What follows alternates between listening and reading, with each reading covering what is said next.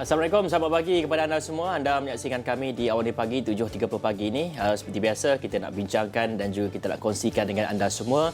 Ini berita-berita yang menjadi tumpuan di laman web kami di astroawaldia.com dan juga ini berita-berita penting yang perlu anda tahu sebelum anda memulakan hari anda. Hari ini hari Rabu, 7 Disember 2022.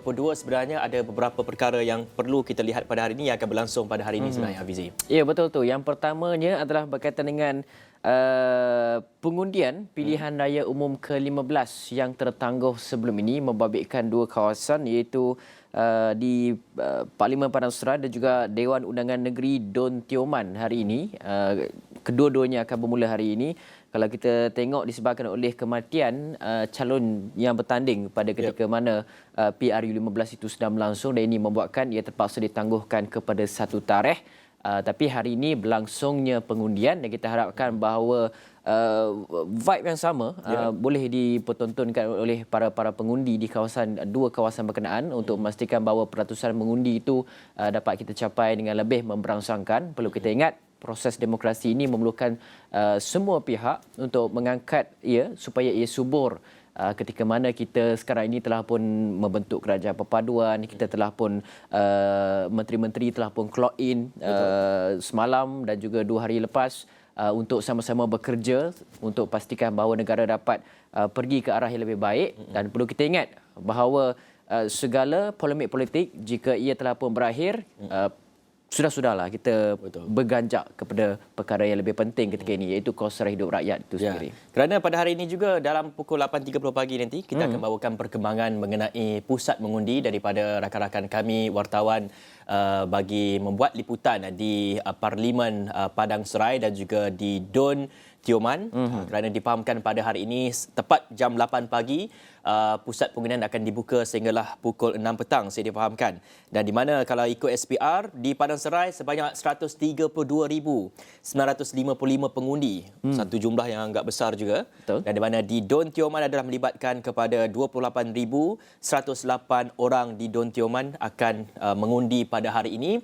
Dan saya pasti juga sekiranya ataupun sebelum ini pada PRU15 kita dapat long weekend, cuti sebanyak 3 hari cuti sebanyak 3 hari. Tapi kali ini kita nak tengok bagaimana peratusan keluar mengundi ketika di tengah minggu ni. Kalau orang daripada KL tu adakah mereka akan turun ke ataupun orang daripada luar kawasan tu adakah mereka akan mengundi sama ataupun tidak, itu kita sama-sama akan lihat kepada peratusan keluar mengundi nanti. Dan menarik juga untuk kita lihat untuk kedua-dua pilihan raya 15 yang tertangguh ini adalah calon Pakatan Harapan dan juga Barisan Nasional saling membantu, kan? Bergabung tenaga, pemimpin-pemimpin juga berceramah di pentas yang sama. Kalau ketika kempen PRU15 yang lepas berkempen secara berasingan tapi dan juga menjadi seteru utama selama lebih daripada 2 dekad lah boleh katakan, kan. Tapi ini adalah pentas untuk melihat bagaimana gabungan ini adakah ia bakal membuahkan hasil untuk menyaingi sudah pasti parti-parti lain Perikatan Nasional yang juga turut sama bertanding dalam kedua-dua kawasan ini. Apapun ini dan sebenarnya bukan saja mereka bergabung tenaga di dalam kempen tetapi memberi laluan kepada satu parti ini untuk mewakili. Maknanya tidak ada pertembungan. Di Padang Serai, BN tarik diri akan memberi laluan kepada Pakatan Harapan dan di Don Tioman pula kita dapat saksikan PH menarik diri memberi laluan kepada Barisan Nasional.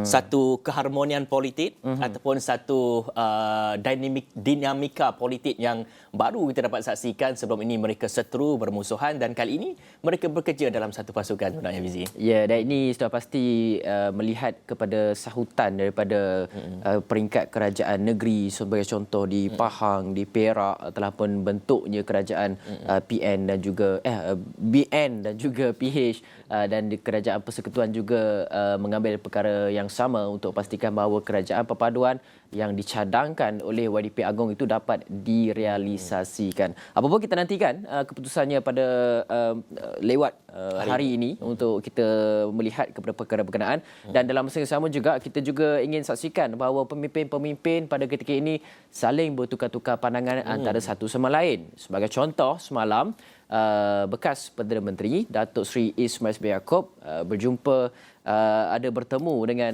Datuk Seri Anwar Ibrahim dan membincangkan isu-isu semasa. Dan katanya kedua-dua pihak, Anwar berkata beliau menghargai kesudian bekas PM merangkap naib Presiden UMNO untuk bertemu dan bertukar pandangan dengan pelbagai isu semasa, dan beliau juga menyatakan penghargaan atas sokongan yang telah pun diberikan. Ini antara kedua-dua pemimpin yang bertemu. Kalau kita saksikan segala polemik yang berlaku sebelum PRU ke-15, kini kita dapat saksikan kerajaan yang tertubuh dan kehadiran pemimpin-pemimpin pembangkang dan juga kerajaan sebelum ini berkelahi dan sebagainya, meninggalkan perkara-perkara isu-isu peribadi, tetapi mereka bergerak ke depan untuk pastikan bahawa negara kita pada masa lebih baik. Dan contoh selain daripada Datuk Seri Anwar Ibrahim dan juga Datuk Seri Ismail Sabri Yaakob, antara contoh lain yang boleh kita saksikan adalah di antara pemimpin Perikatan Nasional Datuk Seri Hamzah Zainuddin dan juga Datuk Seri Saifuddin Nasution. Yang mana kalau kita tengok, Datuk Seri Saifuddin Nasution sekarang pegang KDN. Betul. Dan kata beliau akan meminta pandangan kepada Datuk Seri Hamzah berkaitan dengan selok-belok kepimpinan kementerian, bagaimana untuk pastikan tadbir urus dengan lebih baik. Dan Datuk Seri Hamzah Zainuddin juga menyatakan beliau bersedia untuk memberikan pendapat dan juga tunjuk ajar dan sebagainya kepada Datuk Seri Saifuddin Nasution. Jadi kita dapat saksikan ini sebagai dinamika politik barulah. Betul. Kita berpolitik walaupun berbeza ideologi, pandangan dan sebagainya, tapi kita berpolitik secara baharu. Kita mengkritik kepada polisi dan juga dasar dan tidak perlu pergi kepada isu-isu peribadi dan sebagainya. Dan kalau bermusuhan hanya ketika arena politik itu berlangsung, kempen-kempen dan sebagainya, bukan untuk sekian lama. Betul. Dan mencetuskan sifat-sifat kebencian antara satu sama lain, kan Hafizi? Ya, pada sekarang ini kita dah tak nak main politik lagi lah. Kalau boleh kita fokus kepada kerja kita, menteri-menteri lah fokus kepada kerja mereka untuk membantu rakyat, kerana anda sebenarnya dipilih, kita rakyat yang bayar gaji anda, jadi anda kena berkhidmatlah kepada rakyat. Lakukan yang terbaik kepada rakyat sebenarnya. Dan Hafizi, semalam kalau kita tengok menteri-menteri semua clock in, salah seorang menteri iaitu Menteri Pengangkutan YB Anthony Loke menyatakan bahawa beliau, wartawan bertanyakan isu politik ketika beliau berada di kementerian, di bangunan kementerian. Kata beliau, ketika mana beliau berada di Kementerian Pengangkutan, beliau tak mahu menjawab isu-isu politik. Beliau mahu fokus kepada kerja yang perlu dilakukan di Kementerian Pengangkutan. Antaranya adalah memperkukuhkan aspek pengangkutan awam. Betul. Yang keduanya adalah memastikan bahawa aspek pendigitalan. Segala transaksi lepas ni mungkin kita nak pergi kepada digital dan sebagainya. Itu antara fokus-fokus yang diberikan oleh YB Anthony Loke. Ini satu pendekatan yang baiklah, kan? Untuk kita ketepikan sekejap politik, kita fokus kepada kerja. Itu yang lebih baik untuk rakyat. Kerana apa? Kerana kalau kita tahu, kalau menteri-menteri membuat sidang media di kementerian-kementerian, kadang-kadang bila orang tanya ataupun wartawan tanya soalan politik, kadang-kadang soalan politik tu sebenarnya mendominasi berita hari itu. Betul. Jadi kita tak mahulah. Nanti pertama dia akan mengundang kepada persepsi masyarakat. Masyarakat akan cakap, menteri ni asyik cerita mengenai politik aja. Padahal itu wartawan yang tanya. Tapi wartawan ada hak lah untuk tanya dan sebagainya. Tetapi apa yang dilakukan oleh YB Menteri Pengangkutan ini adalah satu perkara yang baik sekali, kerana kalau pada ketika ini kita nak fokuskan kepada kerja dan juga untuk kita memastikan kesejahteraan rakyat itu terus kita bela dan sebagainya. Tapi dalam kita bercakap mengenai perubahan kerajaan ini, ada juga beberapa perkara yang dilihat semula ataupun diteliti semula, termasuk mengenai mungkin projek-projek yang mungkin tidak mendatangkan manfaat yang besar, ataupun mungkin ada dari segi keraguan, dari segi perolehan dan sebagainya.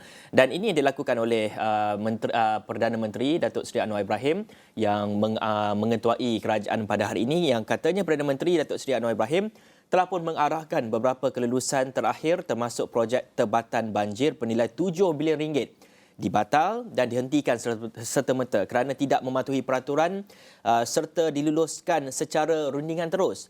Katanya beliau telah mengarahkan pegawai Kementerian Kewangan untuk meneliti semula kelulusan itu bagi memastikan ia mematuhi prinsip keterusan dan juga peraturan yang ditetapkan. Dan katanya beliau menekankan beberapa kelulusan mutakhir termasuk kelulusan tebatan banjir yang peruntukannya sekitar 15 bilion ringgit dan 7 bilion ringgit daripadanya sudah diluluskan tanpa proses tender secara teratur.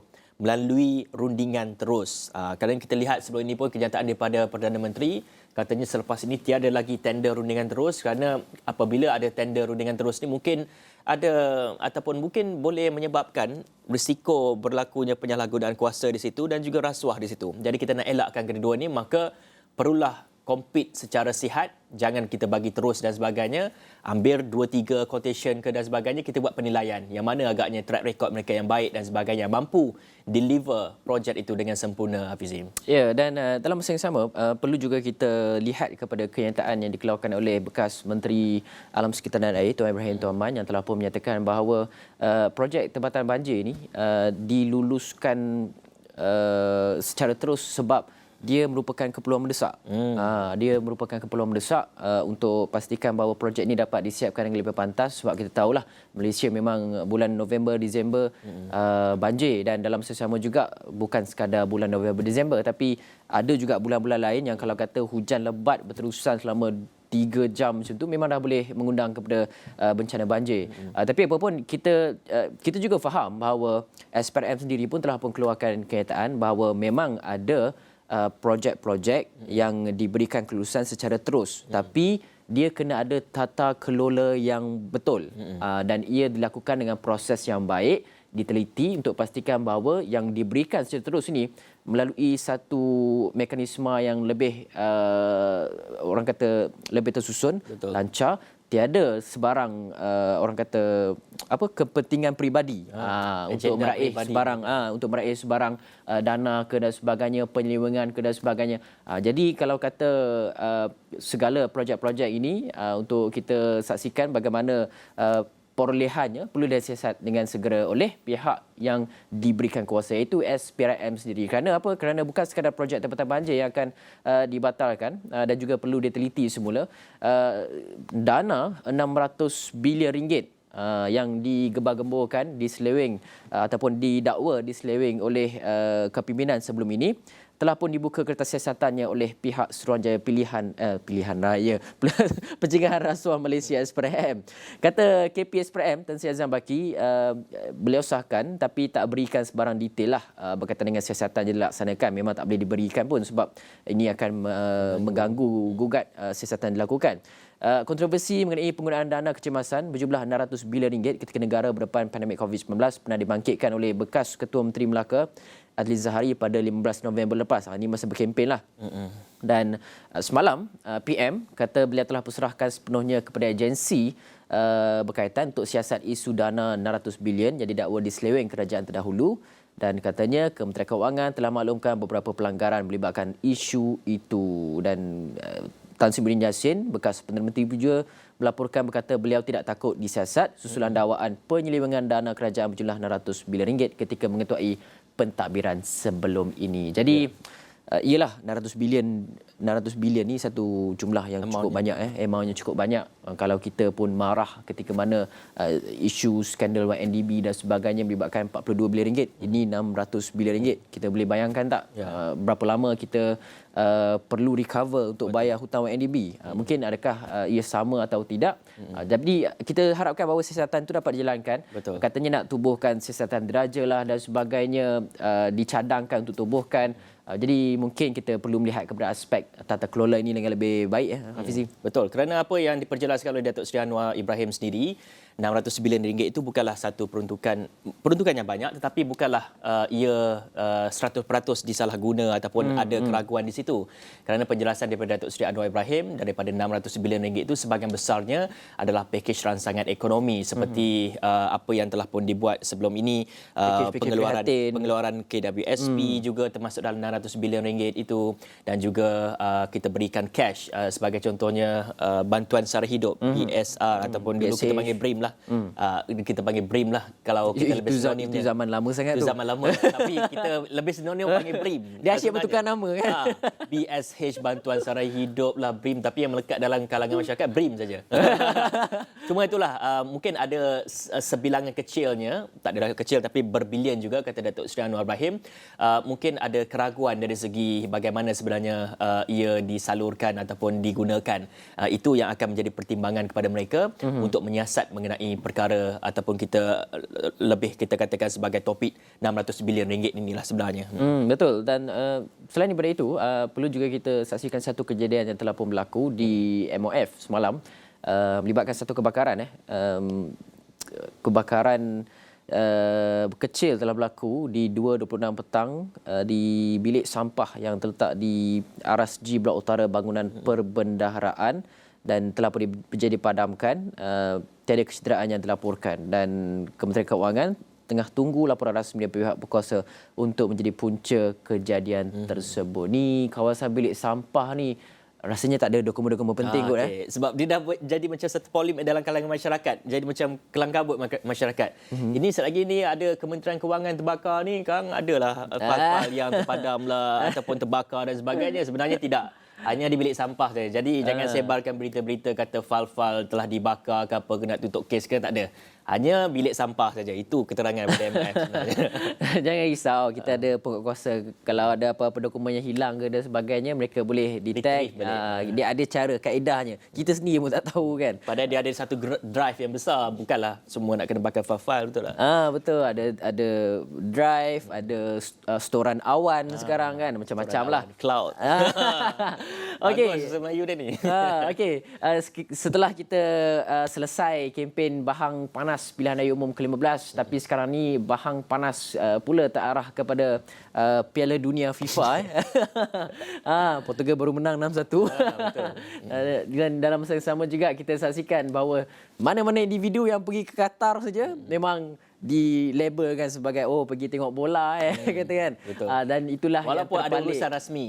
Itulah yang terpalit kepada Tengku Datuk Seri Zafrul Tunku Abdul Aziz, yang tampil akhirnya menjelaskan bahawa ketidakhadiran beliau pada mesyuarat kabinet adalah kerana ada urusan rasmi. Kata Menteri MITI itu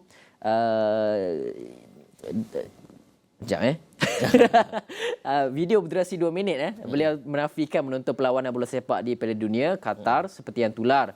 Katanya dia ada di UAE untuk menyaksikan pematerai kerjasama antara Petronas Abu Dhabi Sdn Bhd dan juga Abu Dhabi National Oil Company ADNOC.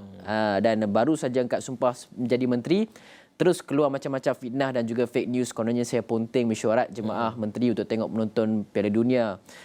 Katanya dia tak ada pun dekat Qatar, dia ada di UAE. Jadi ini orang kata dia kritikal tau. Kritikal benda-benda macam ni tau. Sebaik-baiknya setelah penjelasan ini kita berhentikanlah.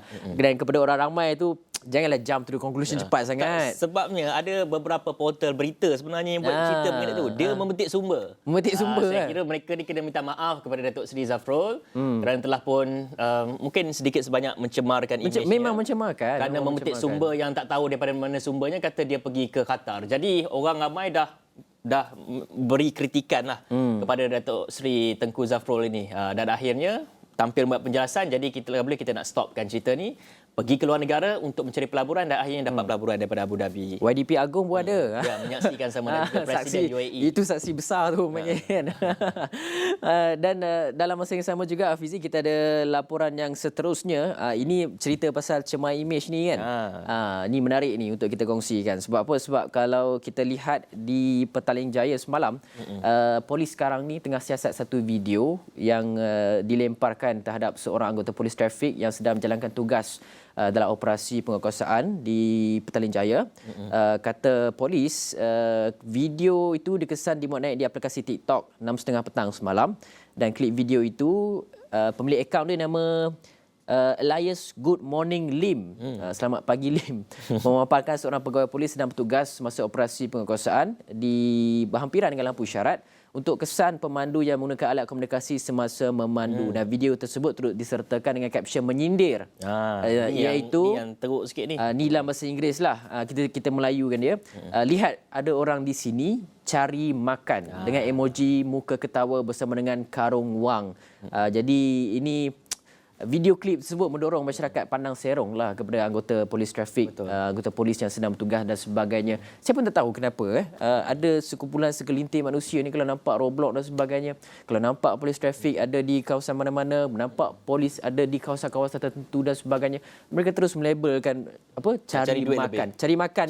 Memang kita tahu bahasanya adalah untuk ambil rasuah dan sebagainya kan, duit-duit tepi dan sebagainya. Ini adalah satu tuduhan yang cukup besar untuk imej PDRM. Perlu kita ingat ketika mana kita susah nanti, ketika mana kesusahan ditimpa masuk pencuri ke apa, siapa yang kita nak call? Inilah individu-individu yang kita tuduh kata ambil rasuah inilah yang datang nak bantu kita, nak siasat dan sebagainya. Dan proses siasatan tu pula lama panjang kan. Betul. Jadi nak tuduh PDRM dengan sebegitu rupa adalah satu perkara yang tidak bertanggungjawab dan mencemarkan imej dan juga kredibiliti anggota pasukan keselamatan ni, Hafizi. Ya, jadi pastinya kita juga sebenarnya nak polis siasat dan juga dapatkan individu yang tidak bertanggungjawab ini.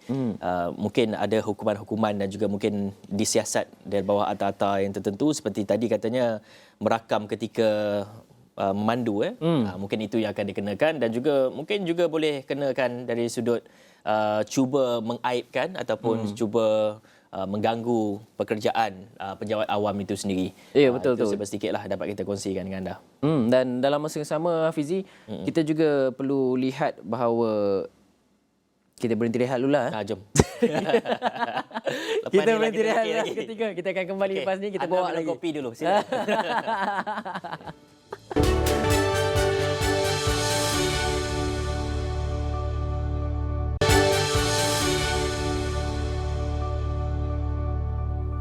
Baik, kembali bersama saya Hafiz Rosli dan juga Hafizia Azaman. Kali ini kita nak lihat kepada satu berita yang cukup mungkin menggemparkan, di mana ini melihat kepada tahap keselamatan antara Thailand dan juga Malaysia. Kita tahu kalau kita nak pergi ke Thailand tu ada tiga cara pengangkutan kita. Pertama adalah melalui jalan darat, melalui kereta, menggunakan kereta. Kedua, jalan udara, melalui kapal terbang lah. Dan ketiga adalah melalui train ataupun kereta api ini. Dan difahamkan sebelum ini ada satu letupan telah pun menyebabkan track ataupun train itu telah pun tersasar daripada landasannya, dan kali ini semalam difahamkan ada satu lagi letupan, dan ini merupakan letupan kedua yang berlaku di landasan kereta api antara Hat Yai dan juga Padang Besar, dan akhirnya telah pun menyebabkan 3 orang maut.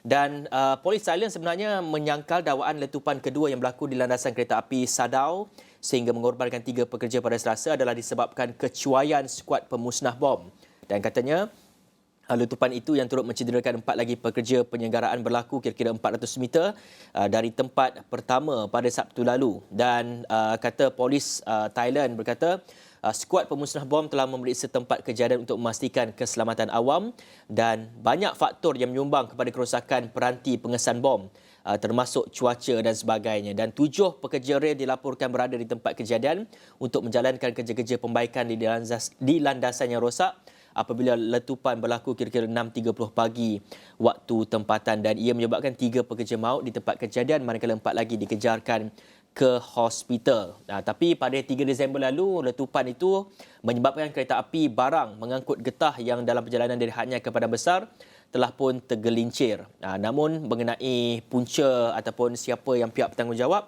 itu masih lagi dalam siasatan sebenarnya, Hafizi. Betul tu. Dan apa pun kita serahkan kepada pihak polis dan juga pihak berkuasa, mungkin boleh laksanakan jaringan kerjasama dengan Malaysia untuk melihat kepada perkara berkenaan, sebab kita juga tahu bahawa sempadan negara Thailand dan juga Malaysia ni memang ada sindiket-sindiket pemperdagangan, penyeludupan dan sebagainya yang sememangnya beroperasi, dan perlu kita lihat daripada aspek keselamatan itu. Okey, dan dalam masa sama kita ingin lihat kepada muka hadapan paparan berita-berita utama hari ini. Apa yang menghiasinya adalah berkaitan dengan isu telur.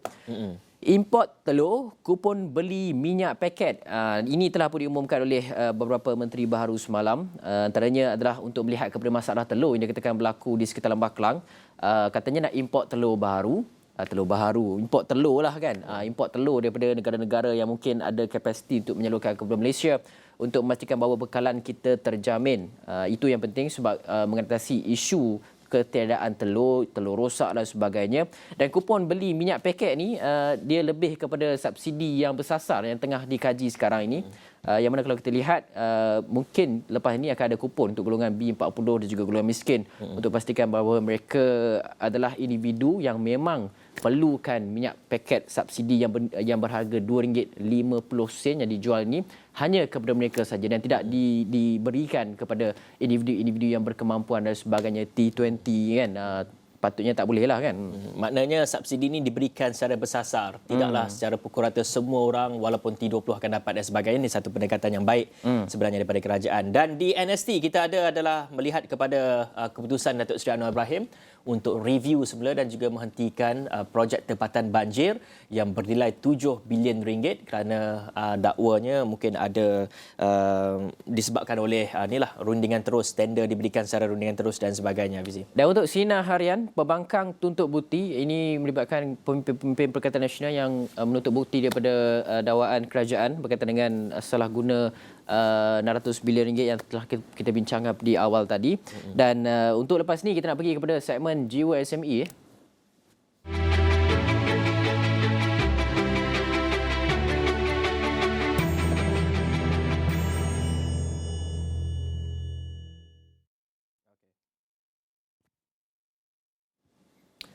Baik, bermula sekitar tahun 2004 ketika zaman tiadanya kemudahan internet yang meluas, pusat servis kenderaan mewah EZS Motorsports Sdn Bhd hanya bergantung harap kepada pelanggan sekitar Ipoh atau Perak saja. Tapi melalui perkembangan teknologi digital pada hari ini telah membawa perubahan 100% kepada syarikat itu dalam memasarkan perkhidmatan mereka kepada pelanggan. Kami tinggalkan anda dengan laporan ini. Saya Hafiz Zaman. Saya Hafiz Rashid. Assalamualaikum dan salam hormat. Menurut pengarah EZS Motorsports Sdn Bhd Muhammad Iskandar Pati, dengan penggunaan aplikasi media sosial seperti WhatsApp, Facebook, TikTok dan Instagram telah memudahkan urusan pemasaran dan komunikasi mereka dengan pelanggan malah dari seluruh negara. Manfaat utama pada kita sebagai peniaga, dia lebih kepada pendekatan diri kita dengan pelanggan kita sendiri, iaitu apabila kenderaan mereka dekat sini secara langsung kita boleh berurusan dengan video ataupun live ketika kita mengendalikan sesuatu permasalahan, menyelesaikan isu-isu kenderaan, servis daripada segi pertukaran barang mahupun dengan sebut harga. Antara bentuk pemasaran yang dilakukan termasuklah penseriman secara langsung sewaktu melakukan perkhidmatan membaik pulih enjin kenderaan. Pada masa sama, beliau turut mempromosikan barangan dan perkakasan yang baik serta berkualiti secara langsung kepada mereka yang menyaksikan penseriman tersebut. Selain itu, syarikat ini turut menyelesaikan masalah pelanggan menerusi sesi konsultasi dengan membenarkan mereka menghantar video dan memberi maklum balas serta nasihat kepada mereka. Kita dapat juga menyelesaikan isu-isu masalah kenderaan mereka walaupun kenderaannya belum hadir ke sini, disebabkan kita terima saluran video daripada pelanggan kita sendiri. Contoh, mereka menghantar satu video kerosakan apa yang dia sedang alami, so kita akan minta cuba send video pada kami dan kita akan menilai balik video-video tu apa yang dia sedang alami. So daripada situ kita dapat beri jawapan dan perkara-perkara apa yang perlu dia buat, apa yang perlu dia ketahui ketika breakdown pun juga penting dunia digital ni. Kini penggunaan digitalisasi telah meletakkan nama EZS Motorsports sebagai sebuah jenama perkhidmatan yang popular hingga ke seluruh negara termasuk Sabah, Sarawak dan juga Brunei.